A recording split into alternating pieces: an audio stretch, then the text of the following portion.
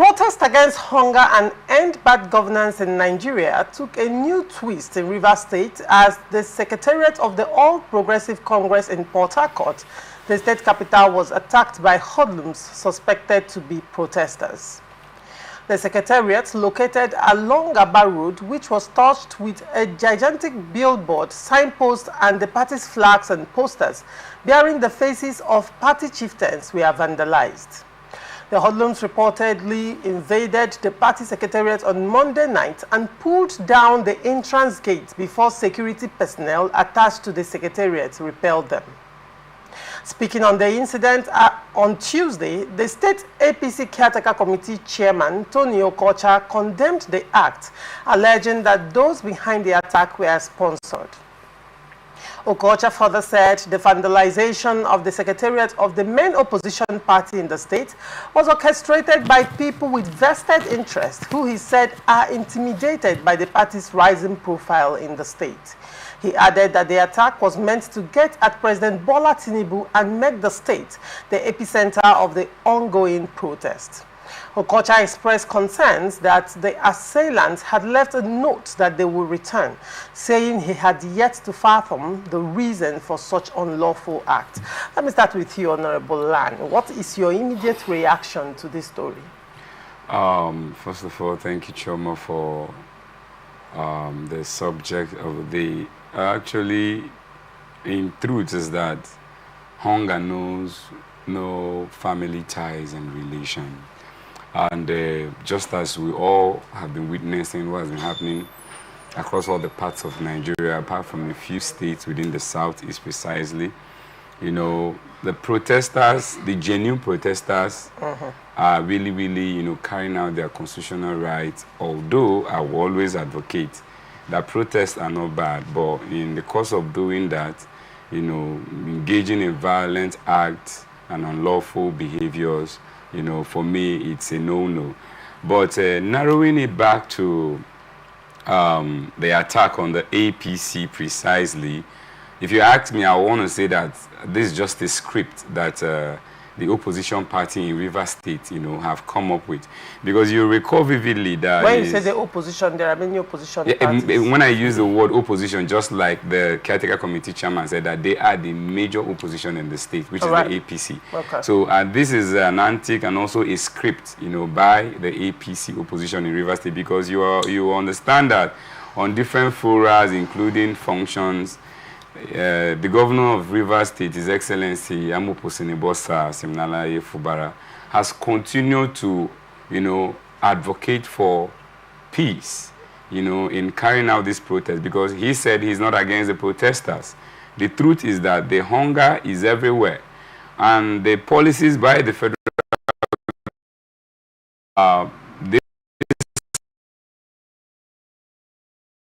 in different forums I've been with you over here in TV, that sometimes it is the mechanism or the procedure by which these things are implemented becomes a problem. Because if you look at what is happening today in Nigeria, I gave you a statistics far back. In the year 2015, precisely, you know, a bag of rice was sold within 12,000 to 23,000. And fast forward to 2023, 2024 now, you're getting a bag of rice at the range of 75,000 to 100,000. And that tells you how the inflation has skyrocketed. And the question is, not minding all the few policies of Mr. President recently, just like we and, you know, giving him kudos for some of the things he has given us into, like the minimum wage and the rest of them. But come to think of it, you know, when we had the minimum wage, which was within 10,000, you know, I'm coming because I'm trying to build up from somewhere. Even people can also afford good, you know, living, standard living. But today, even with this same minimum wage being in effect, people can't even, you know, survive. And the question is, why? Not because that we don't have other things. We continue to say that the country is depleted. The country is suffering from financial, you know, quagmire. But yet, the expenses of the government in power is so exorbitant. And now the protesters continue to say that things need to be drastically reduced to a minimum. So I think there's need for Mr. President to look at it. And again, taking it back to the APC. You have completely deviated. Yeah. No, I'm not deviating. I'm trying to build up. You're now going to federal government. We'll still get to the federal government policies, the erosion of the middle class. But before we get there, you talked about the APC with the script. Yes. Now, you said that APC has a script and that the vandalization of APC Secretariat was actually orchestrated by APC themselves. Well, like I said, it is a script well organized by the APC, because if you recall, according to the statement, that APC attacked itself? I will tell you that this way the script was well played. The policemen or the security officers that were supposed to be there manning that particular secretariat, where were they? Because these are people that's already always been there. You know, these are people who are under payroll. So why would it be the very moment they were not there that these same hoodlums will go, you know, to bring down this gate? Then all of a sudden, after a while, you're now coming to tell us that these same hoodlums dropped. Sorry. In the story, though, so you don't mix it up. Okay. In the story, it was also said, and let me quote, it said the hoodlums reportedly invaded the party secretariat on Monday night and pulled down the entrance gates before the security personnel attached to the secretariat repelled them. The story does not in any way say that there were no security personnel. No. The question is, how can hoodlums attack a place where police is already, in Kaduna State? Are you aware that protesters overpowered the police, and at some point they also took over the police armored car? The police vehicle. Are you aware of that? In as much as I'm aware. Are you aware, assuming not conceding that I'm aware of what you're saying, but let me tell you, because we are in Rivers State, and we'll continue to follow the trends and activities. As a matter of fact, most of these protesters continue to walk past both my office space and my living space. So I can tell you for sure, I've continued to see them walk, you know, see how they organize themselves. For the past few days, up until that very Monday, I think that they've continued to organize themselves. They've they even, you remember vividly on Saturday, they stopped the governor's convoy while the governor was en route to Kana local government. You understand? And the governor had to come down, wave at them, and also continue his movement. So, but what we are saying is, as regards, you know, putting it on the PDP, because that's exactly what the caretaker committee chairman of the APC is trying to do, or putting it on the government. That's what I'm saying, because that's already what he said. Did the APC caretaker chairman say that it was the APC caretaker chairman said he alleged that the people that are behind it are those who have always seen them as major opposition. And come to think of it, they've always been the APC. Him. No. He said, I think from my own understanding of what he said. When you are quoting someone on national television, don't misquote, quote the right. But also remember that understandings are based on my reflection. Statements are subject to interpretation. Absolutely. You can, when you're quoting someone, quote correctly what the person said, so that anybody can interpret however you want. When you're speaking from your interpretation of his statement, it's entirely different from quoting him and putting in the wrong words. He never said that it was the government. He never alleged or accused the government. What he said was that what he used was vested interest. So vested interest can be anybody. It can be an individual. It can be anybody. So when you interpret, if you are interpreting the vested interest in this instance as the government, well, it is your interpretation and that can be respected. But don't put on your culture as accusing the government. You're giving out Choma, before you go on, let me add something to that. You still come back before you go on, let me add something to that. I have to go on because you've had enough time. George, what is your reaction to this? Honorable Ann has said a lot of things, and I'm interested to hear what you have to say too. Okay, first thing first, I want to say that I've not been one of those who have been advocating for this protest to go on. Okay. I have my reasons. Protest is legitimate, you know, backed by the Constitution. But then you know that due to the kind of place we come from, the country we live in, hardship that has engulfed the country and the people, there are criminals who are looking for an opportunity like this to, you know, strike. That is the reason why I have not, you know, given the green light for the protest to go on from the first day. But unfortunately, the situation of the country is so bad that, the protesters, including myself, to an extent, feel that the government need to sit up. And one of the ways for the government to sit up is to also, shut down the activities of government. With regards to what happened to the APC office in Port Harcourt, we say that the APC as a party and their branch here in Port Harcourt, they're in Rivers State rather, the party here in Rivers State, is some, let me say, child of circumstance. They were hit by what happened to them because their party at the federal level is the one ruling the country at this point. I wouldn't want to agree completely with the chairman that it was targeted. The people are angry, and APC is the ruling party. Now, the people felt that the only way we can express our anger is to hit them so hard so that they will feel the effect and also sit up. That, for me, that's what I think. I don't think there's any politician somewhere that orchestrated that plan using the protesters, because if you look at the people who are protesting, it's cut across, different cadres, or different spheres of society. It's not like it's just the poor people alone. Even some wealthy people are part of it, because what is happening in this country today, especially when it comes to hunger, my dear, it is something that nobody, including the rich, will accept it. The removal of fuel subsidy, which for me was long overdue, but there should have been some kind of safety net. You don't remove something without, it's costing us a lot.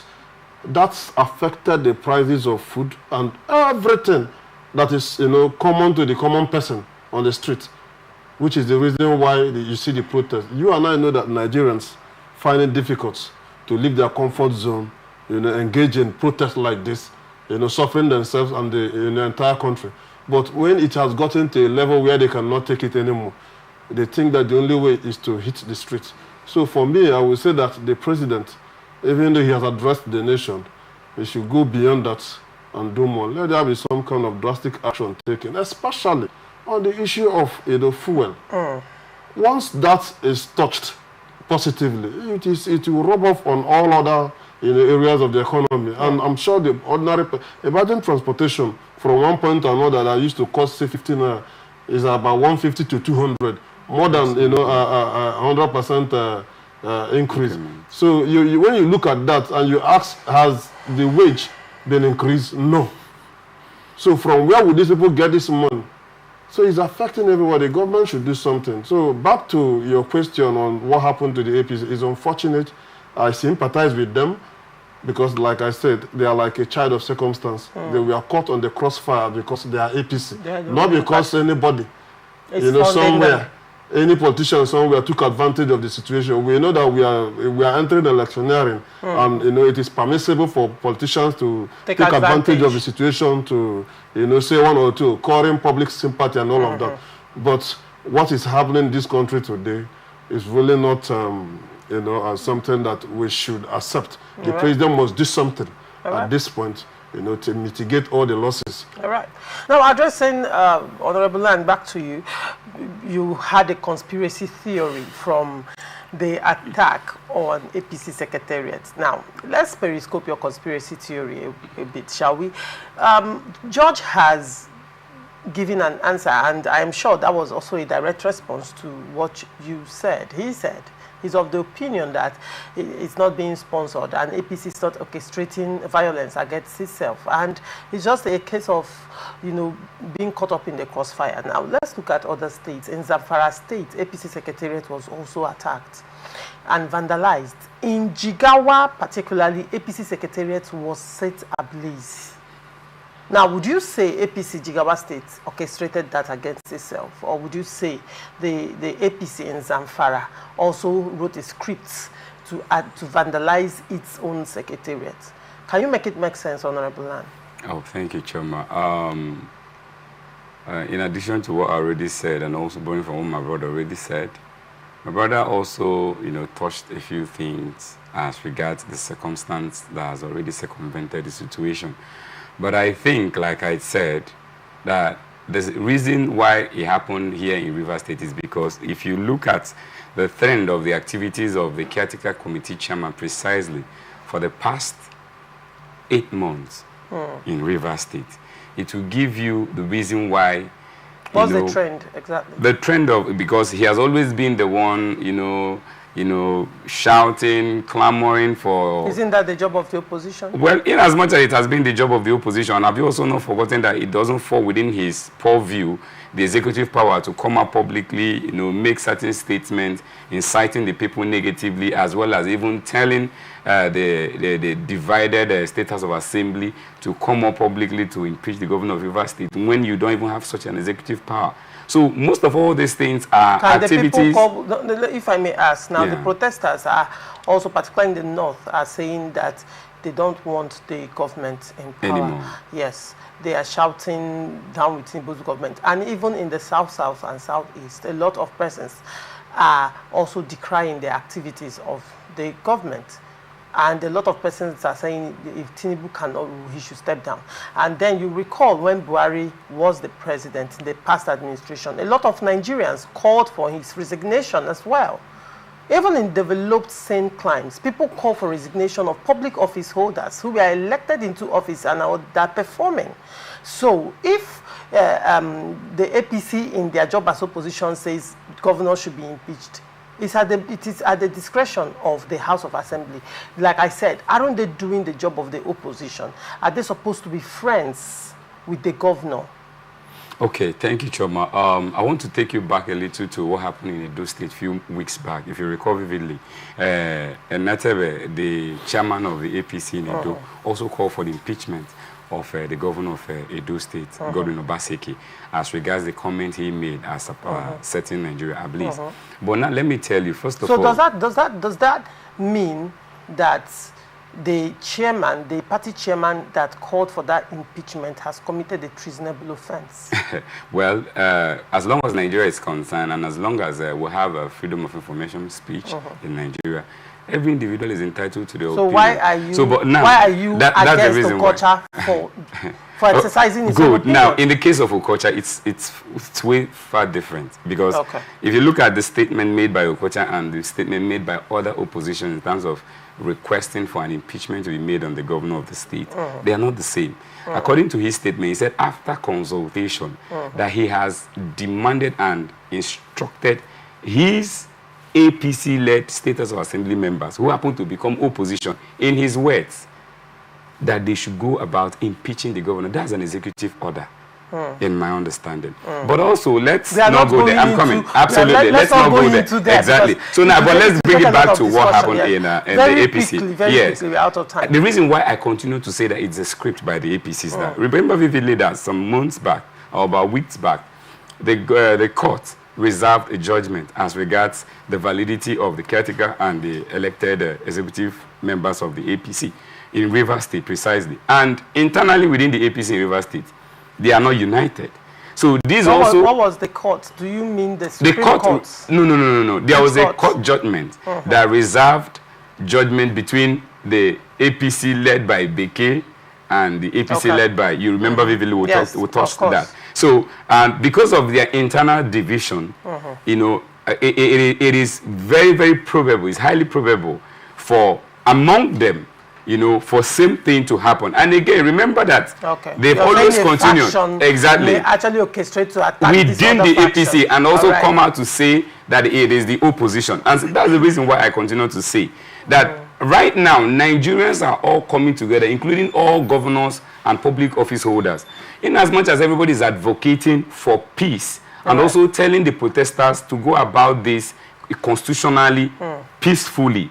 We shouldn't come out to continue to say that it's being orchestrated by one person or the other. I think that Nigeria at this moment is boiling, and nobody needs to shoot the gun. Interestingly, you're saying we shouldn't come out and say it's being orchestrated. Absolutely, because that's muslinging the government of the day. You just said that APC orchestrated this own attack, but then... they did that, and for a perfect script. Isn't that a double speak?